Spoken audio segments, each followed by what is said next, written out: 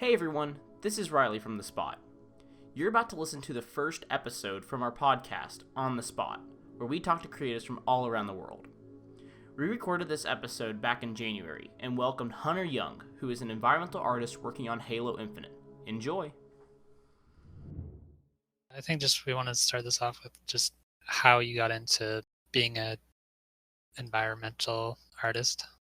I've kind of always wanted to do this. It's kind of weird. I'm kind of an outlier. So in fourth grade, I used to draw and scotch tape together notebook paper, and I used to draw these cities with my favorite game characters. You had like Sonic the Hedgehog, Master Chief fighting a flood army. It's just it's weird, but I put it up on my bedroom wall, like taped it on my bedroom wall because I love drawing these like scenarios and stuff, and I would always get in trouble for it at school. But then when Halo 2 came out, my father bought me the collector's edition, and he gave it to me, and there were 2 discs. I didn't understand at that time. I was in 5th grade, but I put that second disc in, and I was watching people do what I was getting in trouble for doing at school, but they were adults and they were getting paid to do it, and they were also drawing on the computer. It was like everything that I was like, this can't be real. Oh, and they get to be they're the masters of this world that I love, and they get to control the color of the grass. That was like, oh my god, like that was just I just couldn't think of anything. I was like, this can't be real. So at that point, I kind of knew, the direction that I wanted to kind of go down. I didn't obviously know the hard decisions were made in 5th grade, but as I got older, I kind of realized, hey, I really like problem solving. I really like art. When you put those 2 things together, it's and I like technology.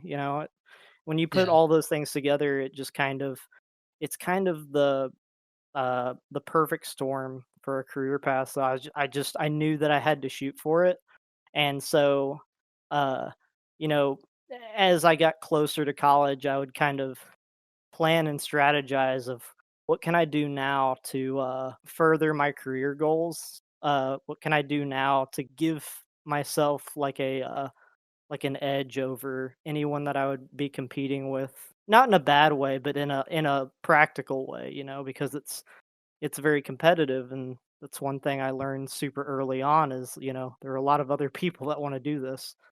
Yeah. And so, I trying to prepare myself early on, and so I don't know if that completely answered it, but No, I think that I think that's totally great. answers. Yeah, that was.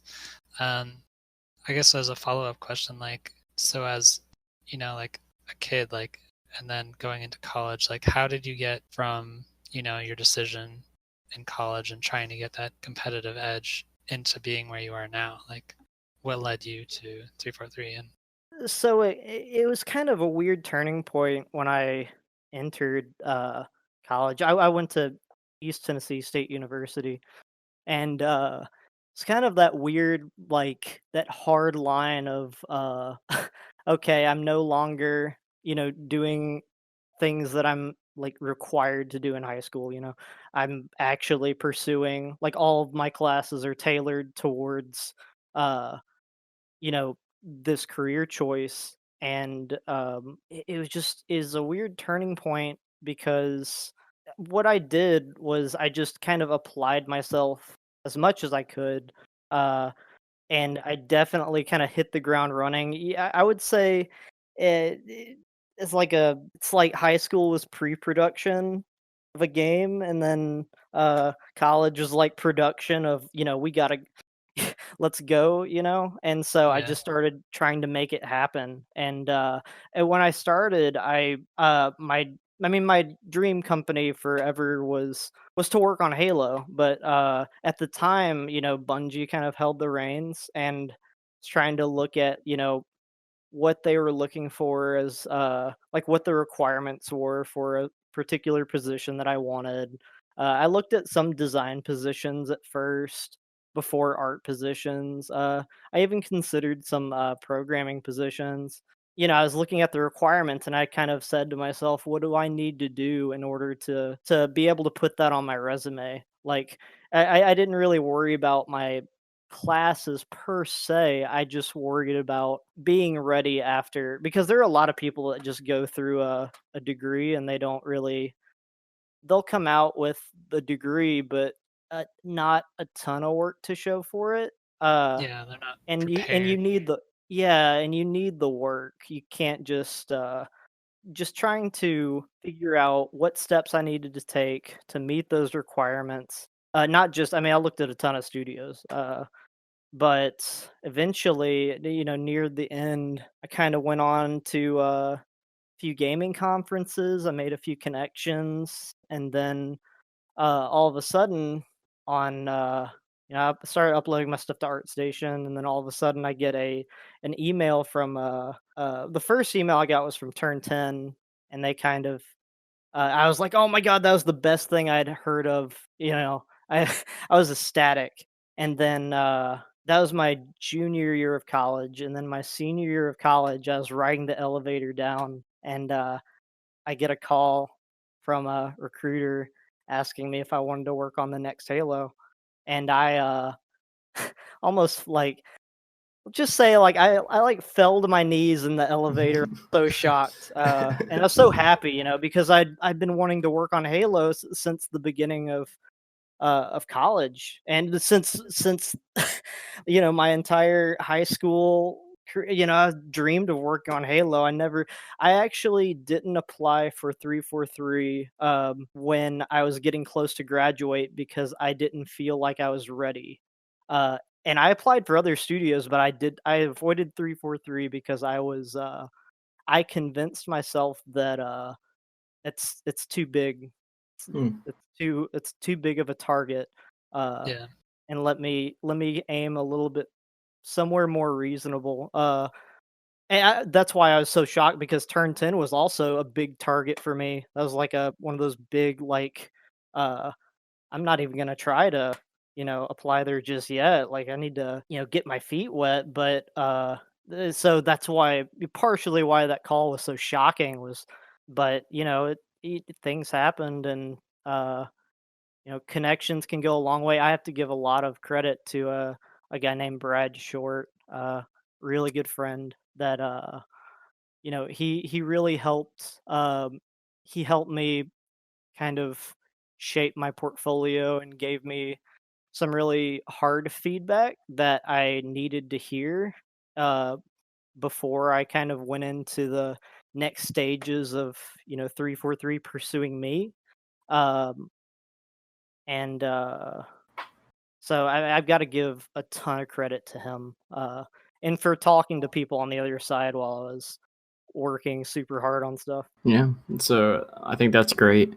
I think our next question is more education based, like, because most of like the members on the spot are of like the younger age, maybe not as much experience, and I think it's good to like get a view of like how do you learn best, because like there's like people that learn like from tutorials, like textbooks.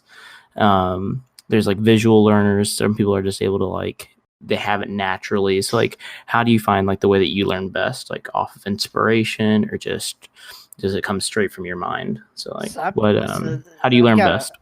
I've got a solid vision on this specifically, actually. I do Awesome. agree that everyone learns differently, and you should definitely take that into account. Like, kind of, find out what inspires you, how you learn best, and tailor your learning experience around that. Because you always have that choice of, I mean, there's documentation upon documentation of every 3D package out there. And then there's also a ton of tutorials for people. But I think the most important thing to do, regardless of how you learn, is to do it alongside the learning mechanism that you're using. So if you're reading documentation, have another monitor and be doing it on the other monitor. If you're watching a tutorial, don't just watch the tutorial, open up the software and do it alongside, because you have to develop that muscle memory. Yeah. And that'll come into play a lot later. Not just like I'm a stickler for hotkeys, but not just hotkeys, but like the way that you solve problems will I don't want to say change, it will pivot a little bit based on you'll start to solve problems in different ways. And so I personally like tutorials, so like I'll watch a video on how to do a particular thing and then I will do it. And then it's forever in my head. Is there a particular person or tutorial or something that you can recall that really helped you? Yes, I've got to give credit to Alex Senshaw. He has a Gumroad video on visual design that transcends 3D art. It's any kind of art you do: traditional art, physical art, 3D art, just 2D design, just everything. And it's basically he doesn't go over software. He goes over core fundamentals that are critically important, and it's the line is those fundamentals and those design techniques. Highly recommend that. It was like is the best $20 I've spent, and I've spent hundreds of dollars on plugins and stuff that uh they're super cool at the time, and it's just that series is awesome, so highly recommend it. Well, shout out to him. Next question. So like I know, like at least for me personally, and I feel like it would apply to quite a few members on the spot. There's like this idea that online education is gonna like take over. There's formal and there's online education. Do you think that there are advantages doing things like in an actual classroom versus just sitting at your computer and like basically self-taught like work?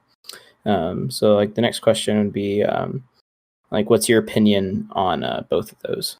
There are definitely advantages, but none that are absolutely necessary. The guy that I mentioned, Alex, he's not too big on. I don't know him personally, but a lot of guys that I work with are kind of close with him, and I don't want to say anything on his behalf, especially since I don't know him personally. But I mean, a lot of his work is self-taught.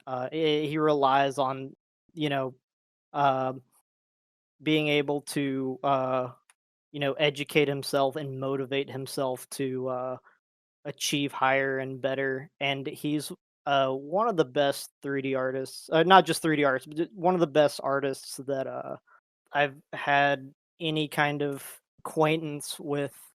If that were to say anything, it's that it's not necessary to go to like a physical place to and or get a you know this specific degree, or even what school that you go to. Really, not trying to encourage anyone to not go to college, but I am saying that there are a lot of online resources now that will teach you as much, if not more, than what's taught in the classroom. I actually found myself finding online resources at my university a lot, uh, just to get that extra, like, find out other things that I can do with what I'm learning in class, and finding out that, there's a much better way to do this X thing, and, and I figured that out all on this one, and then, you just keep digging deeper and deeper, and then, I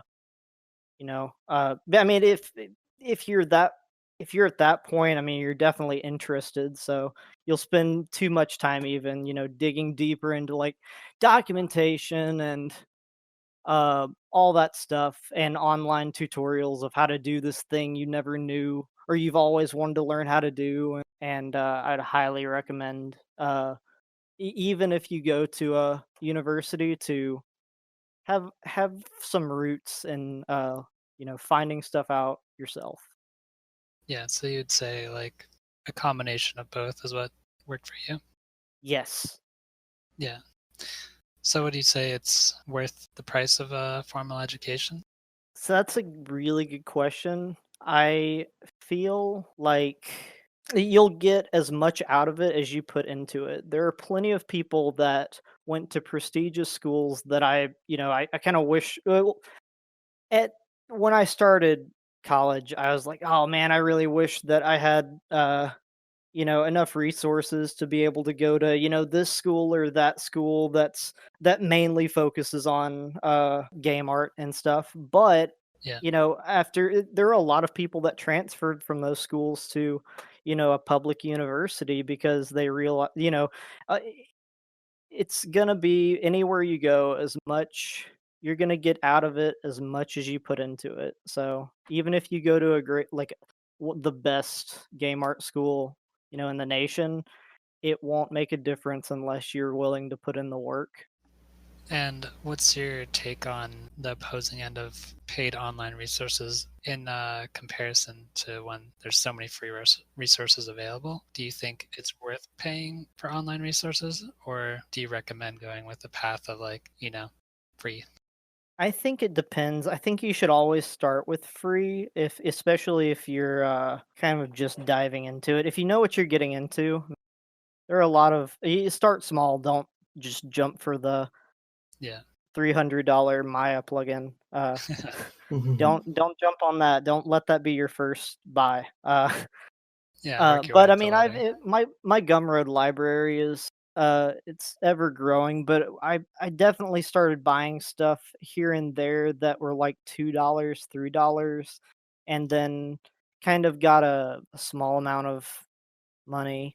If I wanted to invest in something that a little bit more pricey, then I could think about doing that. But honestly, YouTube has grown so much with Oh, yeah.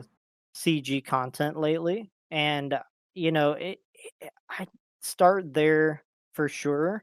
But honestly, it's just there's so many great free resources that will get you started enough so that uh eventually you won't need any kind of paid resources unless it's like brush packs or something, or like a cool plugin that a really talented tech artist made, changes the program that you're using. I mean, Yeah. but like as far as learning is concerned, I mean, start with YouTube and then that'll get you, or start with free resources, and then that will get you down the path. Yeah, just work your way up the ladder, so to speak. Yeah. And I think there's plenty of great options out there today too. Like the other day I linked you the Ian Hubbard Blender videos. Those Oh my are god, pretty yes. pretty phenomenal. It's a Oof. good place for a lot Yeah. of people to Blender's start if that's amazing. something that interests them. Speaking on Blender, really quick, I just want a small note. If you're looking into 3D art, take a look at Blender, because you'd be surprised at how many people are how many professional artists that I know that are personally switching to Blender just because of how good its tool set is, and that it's like essentially open source. I would highly, highly recommend Blender. And what are you working in right now? Uh, Maya, Substance Painter, ZBrush, a lot of Maya though. Like say like 70% Maya, but I'm also like I'm during my free time, or whenever I get some like a couple of hours, like I'll jump over to Blender on my home PC and start playing around with that, start converting some scripts over, and start switching over some hotkeys because I'm sold on like all the stuff that's come out on it recently. Uh, and definitely invest in free tools if you're not knowing where to start yet, or if you're kind of wanting to explore different things. Like, I mean, GIMPs. If you've never touched Photoshop, GIMP's not a bad alternative if you're just starting. If you don't know what the translate tool is, or the like or masking or anything. Like GIMP's a great start. That'll get your and if you start with GIMP, if you eventually move into like something like Photoshop, then everything's super intuitive and it'll, you know, you can Yeah, switch in totally. a day. I Yeah. think Photopea is another good one. That Yeah, it's like Yeah. online.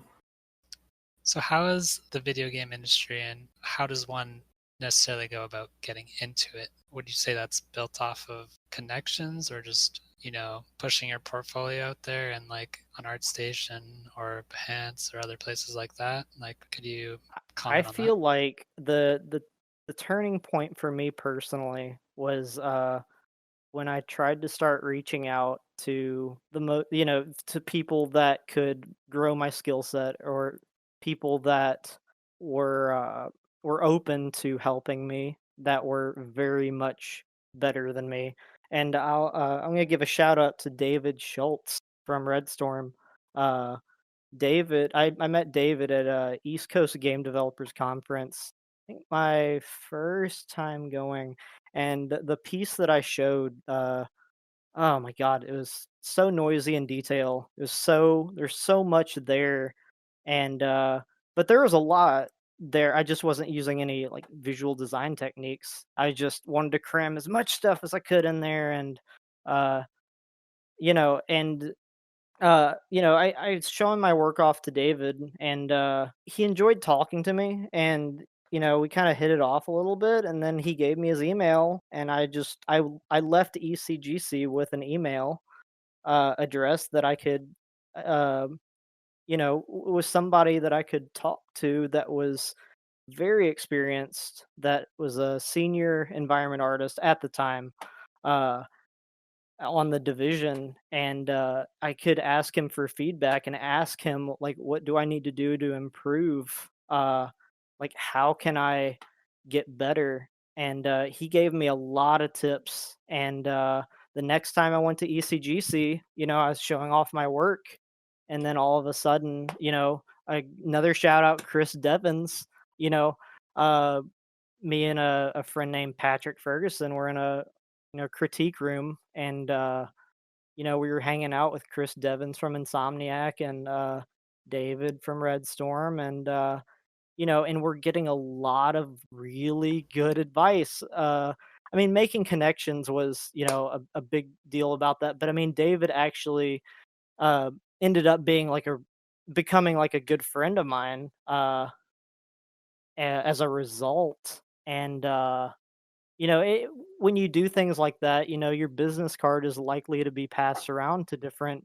you know, this industry is small. Games is like my lead says, games is tiny, very tiny. People talk and business cards get passed around. And connections are a big deal, but also like, being willing to improve your work, take critique, uh and being able to uh, positively change your work based on the feedback that you get. I got you. Yeah, I think that's a very vital thing too when you're moving into like, a professional career. Like you can't be like a wall when it comes to these people trying to give you advice. And I think that's really important to take, criticism well and try to do your best to improve. Yeah, I would say reach out if you're at that point where you're making work and you don't, you're looking at it and it looks good to you. Reach out to as many people as you can. Don't like I don't want to say like a good feedback source would be like your parents or something, Yeah, because they're gonna say it's a great. You want Yeah. someone to tell. You let's put want it on the someone to tell fridge. you. Yeah, you want someone to tell you that it needs improvement, and then give you a list of the things that you need to do to improve it. Uh, Yeah, You want that constructive feedback. So once you get done with that list, you go back to them and then you say, "Hey, I've done everything on that list. What else can I do?" And then eventually, after multiple iterations, they'll tell you, "Hey, that looks pretty sweet, man. Put that in your portfolio, and also, here's our website for here's our careers page. You should totally go there." And and fill out an application, and then that's the sign of like, okay, yeah, like that's feedback's great. For sure, and I think that's like one of the big parts of our survey here. We try to give people critique and feedback, and we try to be encouraging as well. Like I think it's a very vital part of any like kind of creative career. Like it's I think it's important. So before I go over to these next questions, I just had another one that I wanted to bring up personally, and I was wondering if you were willing to share any of like your personal stories or experiences through the industry or working at 343 that you wanted to share with people. Like there were so many moments at the beginning that hit me like a freight train. Like I was working, desk to desk with people that I had, I had only like that I had seen in video documentaries when I was in college and when I was in high school, and it was just super weird to work with them for the very first time because I was super, I was just awestruck of like, kind of imposter syndrome, even a little bit of like, what am I doing here?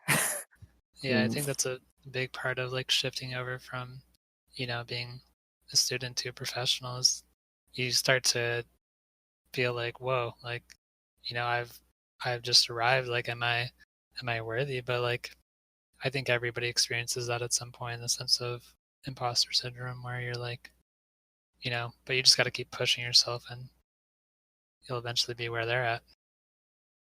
Yeah, no, I agree. Yeah. Because they were in your shoes, that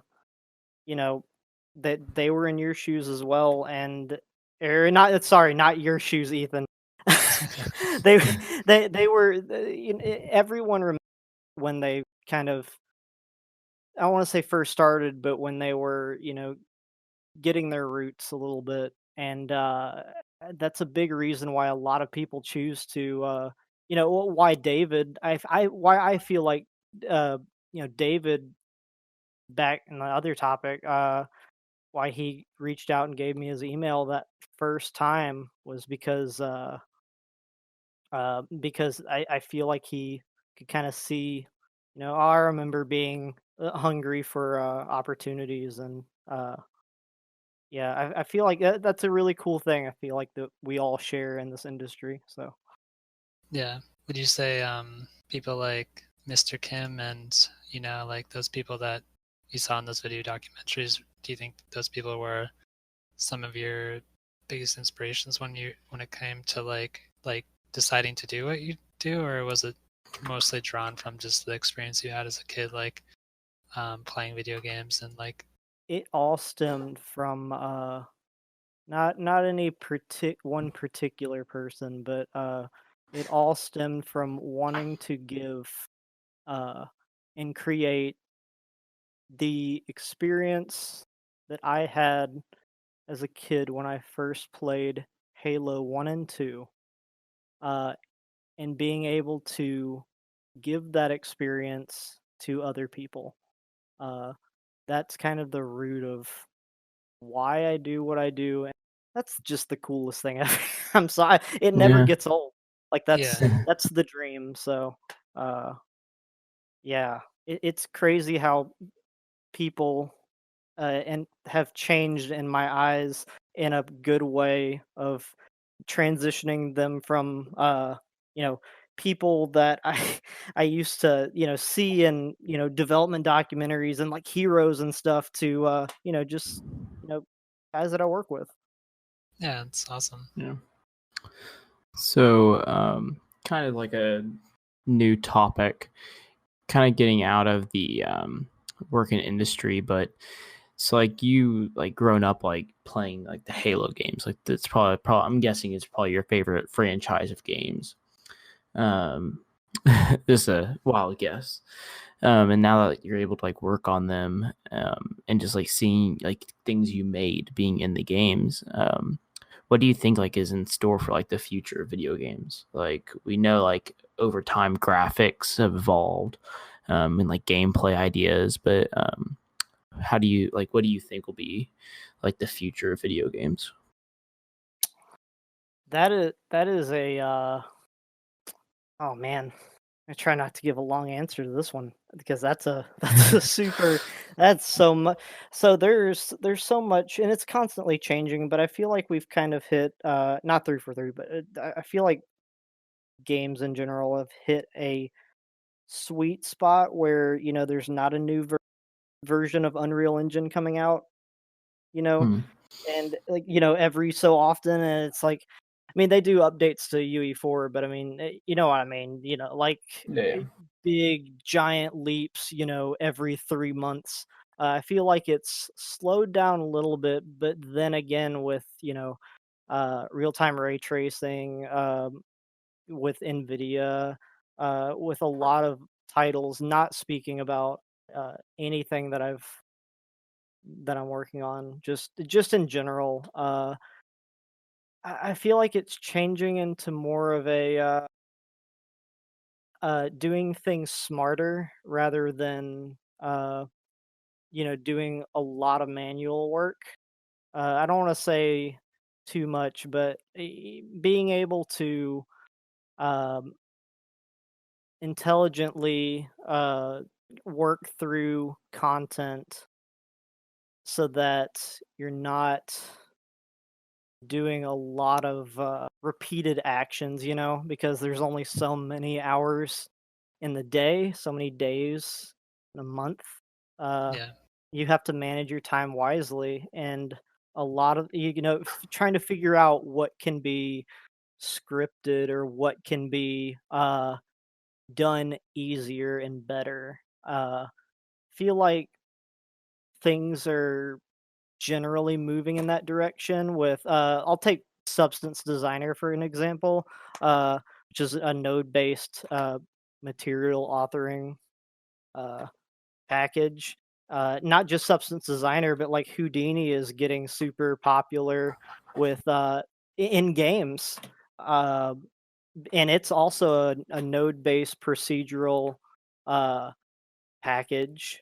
And I feel like the the technical mindset of being able to create content in a technical manner, I feel like that's kind of uh, it's presenting a new face in the industry. I think that's like a really interesting view of it. That's not necessarily like the evolution of like the player, but it's also the way it's being created. That's really good. Look into that.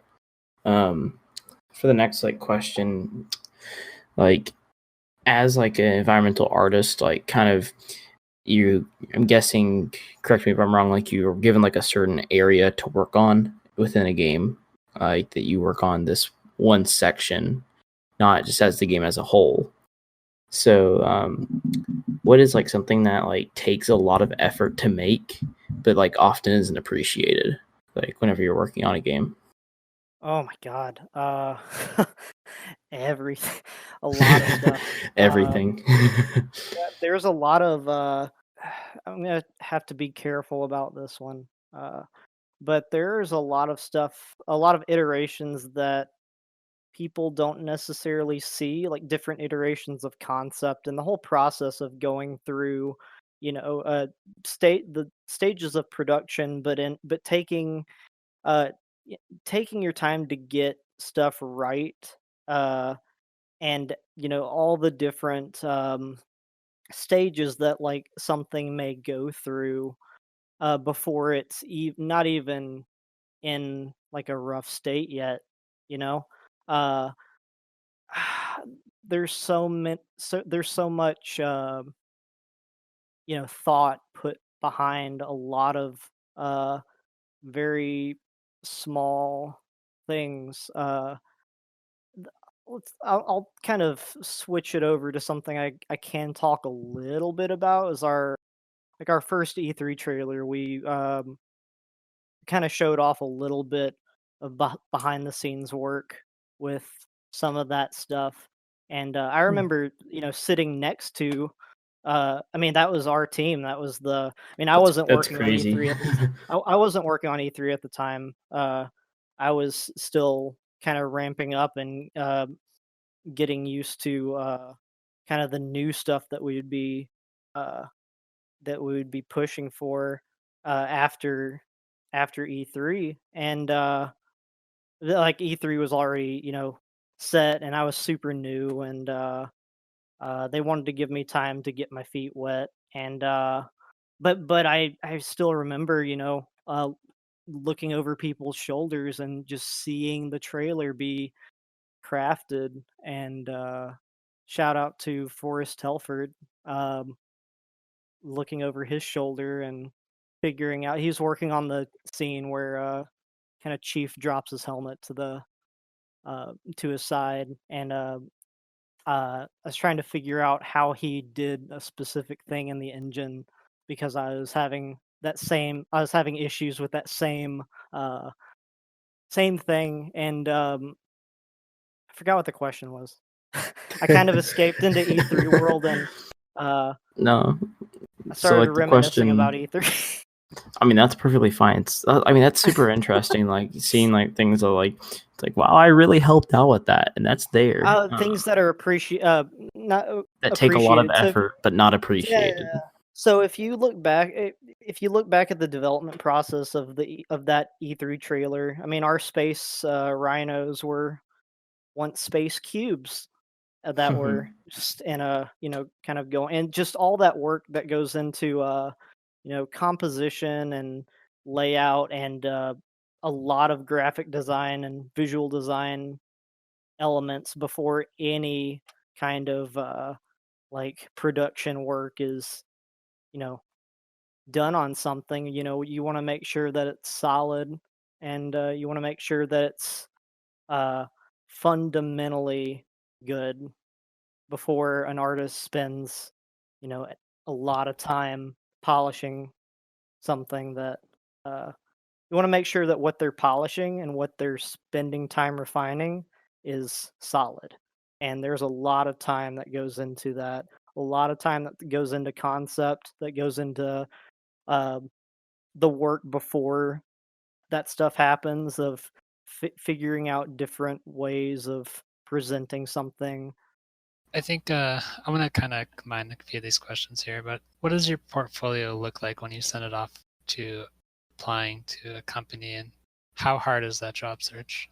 Um, Mine specifically, or just in general? I would say just in general, like if you have anything to base it off of, I mean, maybe like your acquaintances or even just your own experience, like. Yes, big big note on this. And I'm gonna kind of say the advice that Brad told me, and I think that I feel like this advice uh kind of solidified people at 343 actually going with me as giving me the opportunity that I got. It's that only put your best work in your portfolio. Only put your best work, and here's why. Uh, if you look at someone else's portfolio and they have this incredible array of content, and then at the very end, it's that you see this like you know super rough, like doesn't look like it was made by the same artist. You're gonna remember that weaker piece when you when you stop looking at their portfolio. So put yourself in the shoes of a producer that has to go through 40 plus portfolios in a you know over a lunch break, and you only have so much time to look at a portfolio. So you're going to look at the first few images, you're going to write down a few notes about that candidate. Then uh if nothing really sticks out, they'll move on to the next one. And uh kind of so you want to put your best work, and only your best work, and kind of set a quality bar for yourself, that so there's not a weak piece. If there's a just a piece that stands out as being the weakest, remove it, because it's better to have uh, fewer awesome, incredible pieces than uh, 20 or 30, a ton of mediocre pieces. So Yeah, I definitely think that's quality over quantity. yeah, it's great advice. Yeah. Another thing I wanted to ask was how secure is a job in the game industry once you land one? Little L, it's not exactly complicated. I'm gonna get a little bit real this Yep. one. So there are a lot of really talented artists that I know, and this isn't saying anything about 343. This is the industry in general. There are a lot of people that do contract work, and then there are a lot of people um, that are working for a studio full time. Uh, you have the same responsibilities, from contract to full time, but that's just a side note. But um, the thing about contract is that it's limited, and when your contract, when you're done with your contract, you've got to kind of look for other opportunities, which can be some people actually. I've met a few people that kind of like that about contracting, and they love hopping from being able to work on a bunch of different stuff and have a wide array you know of content that they've worked on. But a lot of people favor job security and having a stable, like, I'm gonna nest up and never leave Seattle. Uh, Yeah. and that's kind of, I feel like a lot of people gravitate towards that desire to kind of have a uh, to not go anywhere. But I feel like it's definitely doable. Uh, you just gotta be sure that you gotta keep putting yourself out there. Even once you've landed, you gotta keep on pushing. You gotta keep on improving. You can't just stop improving right when you get hired. You gotta keep on pushing. The push just isn't as much as it would be if you were just trying to get into your first gig. Yeah. So, yeah, it's hard, but it's definitely doable. Yeah. I think that answers the question pretty well. So that's actually all the questions we had personally, but we're going to jump into some viewer and behind the scenes questions that are pretty quick before we head off here, and they're not too complicated. So Cool. Yeah, they're more or less about like your personal like opinions in life. Yeah. Some random questions. Yeah, Cool. just some fun ones, really. Yeah. So, do you want to go? Sure. So just like a kind of like a general question. So it's like, if you could go back and like change like one thing from like the past, it could be just like something to do with like whenever you first started at 343 or something you did in college. Like if you could change one thing, what would that be? There's a moment that sticks out, and I definitely would have. I've had in personal confidence. I would have gotten out there a lot earlier than putting my stuff out there, and kind of utilizing online resources a lot earlier on, you know, um, relying solely on what was happening at the time. Um, but other than that, honestly, I try not to have too many things that I would change. I feel like uh, things have been just going great. And I'm just really fortunate to say that. That's But awesome. Yeah. it's kind of true that uh, there were definitely moments where that were stressful, moments that were hard. Uh, but the whole point is to kind of get past those issues, get past those moments, and not regret them, because even your failures or your weaknesses, that's kind of what builds you up, right? It's like, if you didn't have any failures, you wouldn't have any experiences, or you wouldn't have anything to look back on and be like, oh, I did something wrong, I'm not going to do that again. Because if someone does all the right things, and they don't know what it's like to fail. Yeah, I think that's So it's a very important part of the process. Just Yeah. Do you have a favorite game other than Halo? I've been really into Overwatch. Been really into my palette is super broad. It's like some days I'll play Dark Souls, some days I'll play Gears of War, and then some days I'll play. Well, it's not a great two titles to start off with. Pretty similar.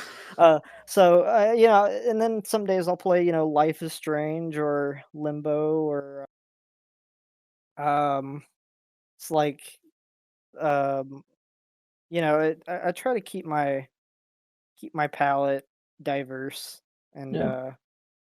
yeah.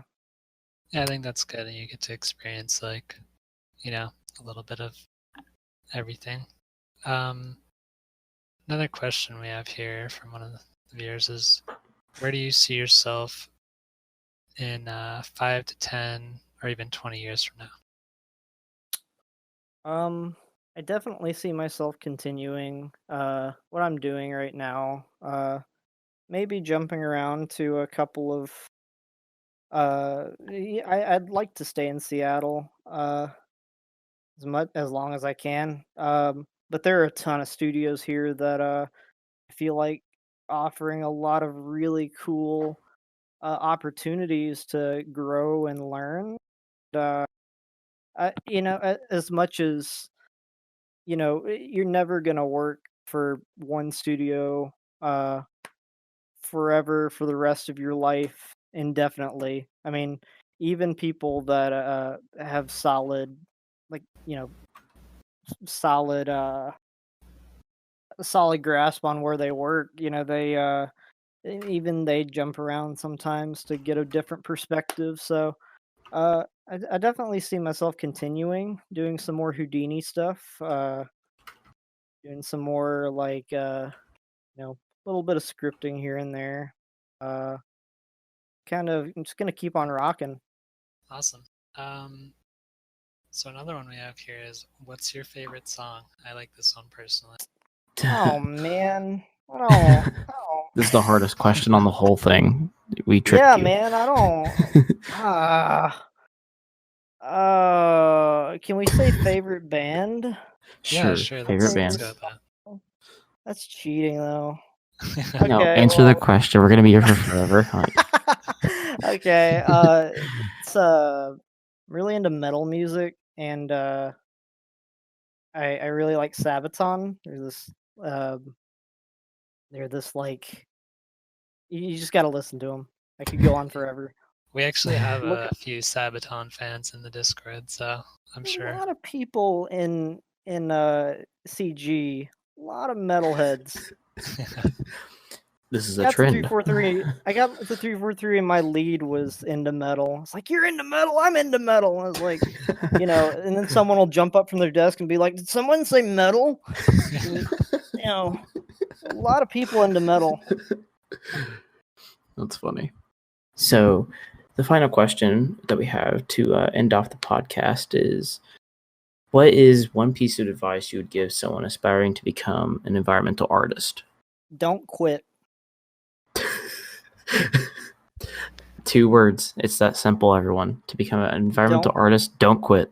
That's it. Do not quit. Not just saying just environment artists, but do not quit. You'll want to. You'll get frustrated. You'll get.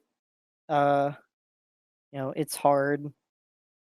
The things are hard, but also, it's hard to pursue the career in general. Uh, it's difficult, but if you love it, then pursue it. Definitely don't. You're gonna want to take another look at it if you find out that you're not gonna love it, because it you're gonna spend a lot of time doing it. Even if you're doing it for only 8 hours a day at work. Like I kind of mentioned this before, of being able to continue to grow even after you get hired, being able to expand your skill set off the clock. Uh, you definitely have to motivate yourself to take personal time to dive into different you know techniques and different avenues that are coming out. It's just there's so much, and don't quit.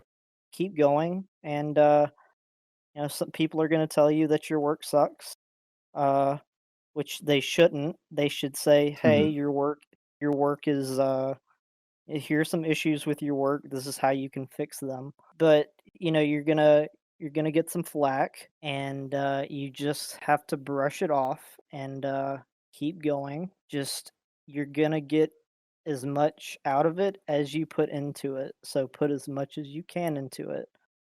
That's great stuff. Thank you for joining us today, Hunter. It's been a pleasure having you on the spot. Is there anybody you would like to plug before we head off here?